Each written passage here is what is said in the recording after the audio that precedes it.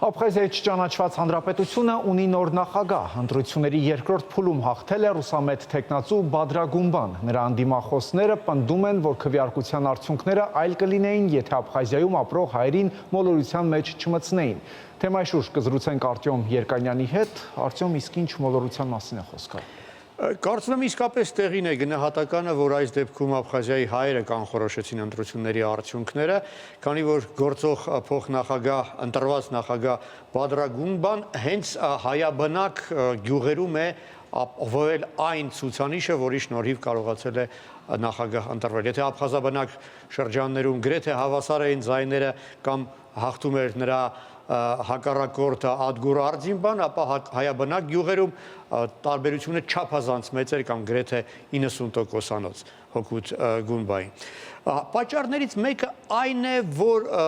ռուսական մամուլը եւ Բադրագումբայի թիմակիցները ներկայացնում էին իրենց հակառակորդ Արձինբային որպես թուրքամետ գործիչ։ Հավանաբար հաշվարկը այն էր, որ դա կստիպի Աբխազիայի հայերին, ովքեր այդ չճանաչված հանրապետությունում խոշորագույն էթնիկ փոքրամասնությունն են, քվեարկել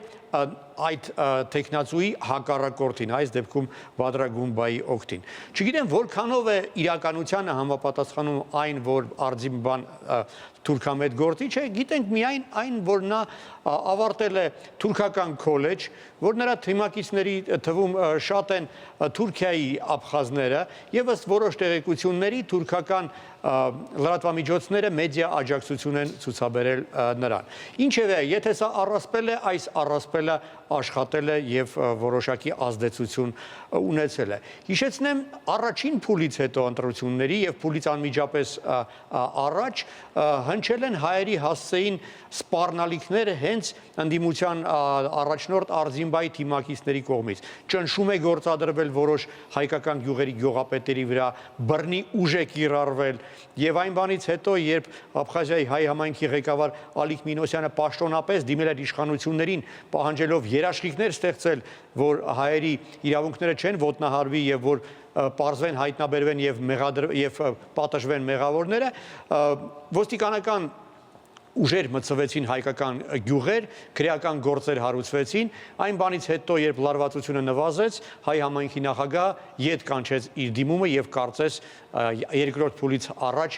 փոքրինչ կայունացել էր իրավիճակը, բայց երկրորդ փուլի ընտրությունների քվեարկության ժամանակ եւս միջադեպեր տեղի ունեցան հայկական գյուղերում։ Մասնավորապես ամենահնչեղ այդ միջադեպը եղավ Գագրայի շրջանի Ցանդրիփշ հայկական գյուղում, այդ գյուղը մինչ այդ կոչվում էր Գանցիածի, մենք այդպես ենք ավելի շատ երևի հիշում, դիմակավորված անձինք հրազենով փոխհրաձգություն են ստեղծել այդ գյուղի հայկական դպրոցում տեղաբաշխված ընտրատեղամասի տարածքում եւ արդյունքում երկու ծանր վիրավոր կար։ Երկու կողմերից էլ ոնց հասկանում եմ էթնիկ աբխազներ են եղել կրակողները եւ տուժածների թվում հայեր չկան, թեև այդ գյուղը հիմնականում հայաբնակ է։ Բադրագումբայի թիմակիցները մեղադրում են այդ ամենում իրենց մրցակից Արձինբայի կողմնակիցներին, հետաքննությունը ցույց կտա, թե ով է իրականում մեղավոր։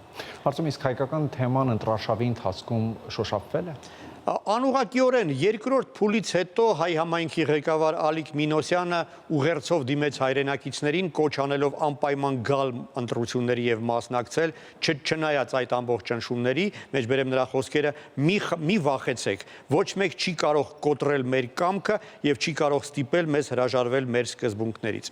Ընտրությունների երկրորդ փուլից առաջ տեղի ունեցան հերոստադեբատներ երկու անդիմախոսների հակառակորդների